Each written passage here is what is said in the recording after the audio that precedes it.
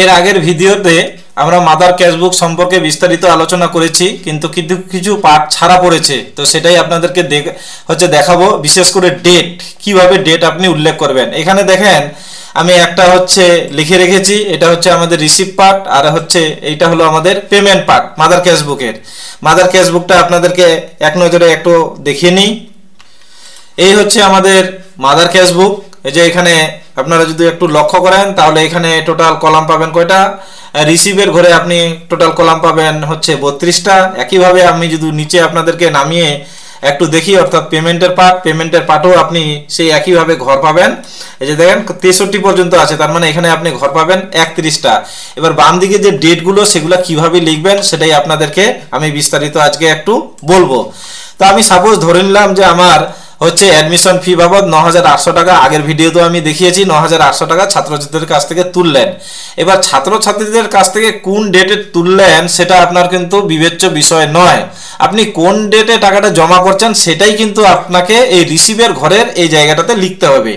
আমি ধরে নিলাম যে টাকাটা আমি আগেই তুলেছি, কিন্তু ব্যাংকে আমার জমা পড়েছে 5/4/2024, এই ডেটে আমার ব্যাংকে টাকাটা জমা পড়েছে।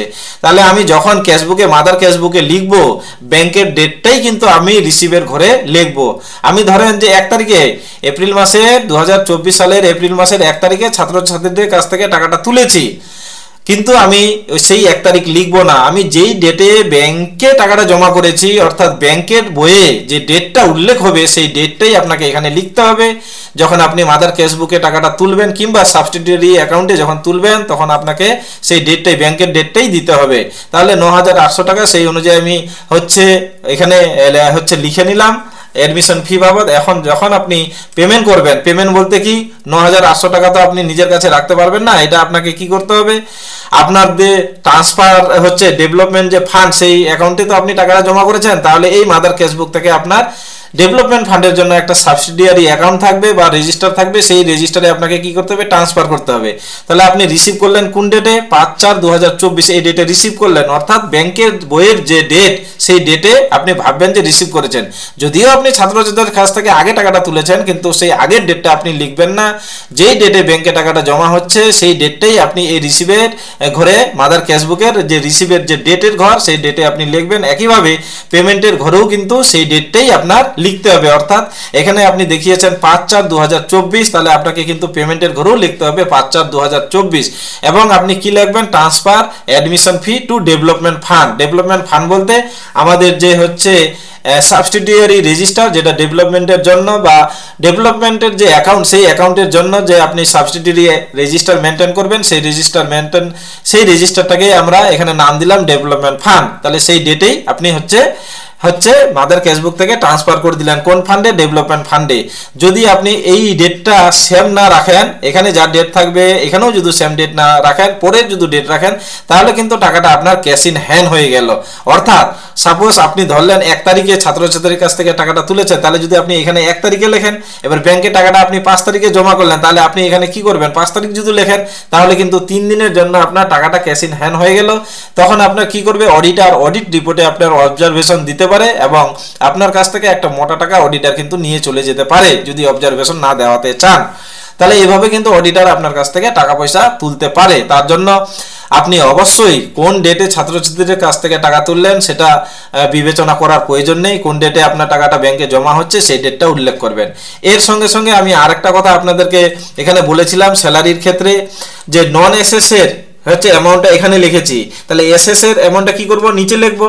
তাহলে এবার প্রশ্ন হচ্ছে, তাহলে আমাদের তো দুটা ঘরে এই টাকাগুলো জমা লেখা হচ্ছে।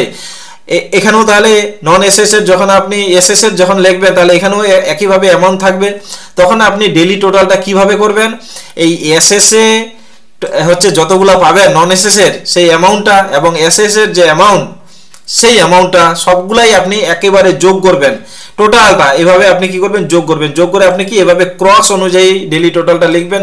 একইভাবে ডেইলি টোটাল ইনক্লুডিং ওপেনিং ব্যালেন্সেও কিন্তু আপনি এভাবে ক্রস করে লিখবেন। তাহলে আপনার নন এসএস এর টিচারদের স্যালারি এবং এসএস এর টিচারদের স্যালারি এইভাবে আপনি তুলবেন। অবশ্যই এভাবে তোলা উচিত, না হলে আপনার অডিটর প্রবলেম করতে পারে। নন এসএস এটা আপনি আলাদাভাবে এই ঘর বরাবর লিখবেন, নিচের ঘরে এসএস এর জন্য লিখবেন, এবং যোগফলটা কি করবেন আলাদা আলাদা করে লিখবেন না, ক্রস করে লিখবেন দুই ঘর, অর্থাৎ নন এসএস এ এবং এসএস এ টোটালটা যোগ করবেন, যোগ করে এভাবে ক্রস করে লিখবেন, এখানেও এভাবে ক্রস করে লিখবেন। এভাবে অবশ্যই লেখা উচিত, আমি এভাবেই লিখি, অডিটর আজ পর্যন্ত ভুল ধরতে পারেনি। তাহলে আজকে আমরা ডেট মানে ক্যাশবুক মাদার ক্যাশবুকে বা সাবসিডিয়ারি যে রেজিস্টারগুলো হবে সেই রেজিস্টারে কোন ডেট উঠবে সেটা আমরা দেখলাম, এবং তার সঙ্গে সঙ্গে এসএসএ এবং নন এসএসএ এর স্যালারি কিভাবে তুলতে হয় সেটাও আপনাদেরকে আমি বললাম। একইভাবে প্রত্যেকটা অ্যামাউন্ট যখন আপনি তুলবেন অবশ্যই পেমেন্টের আর রিসিভের ডেট কিন্তু আপনার সেম থাকবে।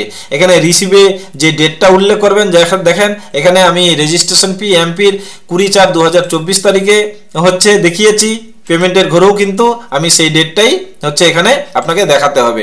আপনি টাকাটা আগে তুলতেই পারেন, কিন্তু এখানে কোন ডেটটা আপনি উল্লেখ করবেন, যেই ডেটে আপনি বোর্ডকে টাকাটা পেমেন্ট করছেন, অর্থাৎ যে আপনি রিসিভ কপিটা পেলেন ওখানে যে ডেটটা উল্লেখ থাকবে সেই ডেটটাই আপনার এই মাদার ক্যাশবুকের রিসিভের ঘরে এখানে বসাবেন, এবং সেই সেম ডেটেই আপনার পেমেন্টের ঘরেও আপনার বসবে, না হলে কিন্তু ক্যাশ ইন হ্যান্ড হয়ে যাবে।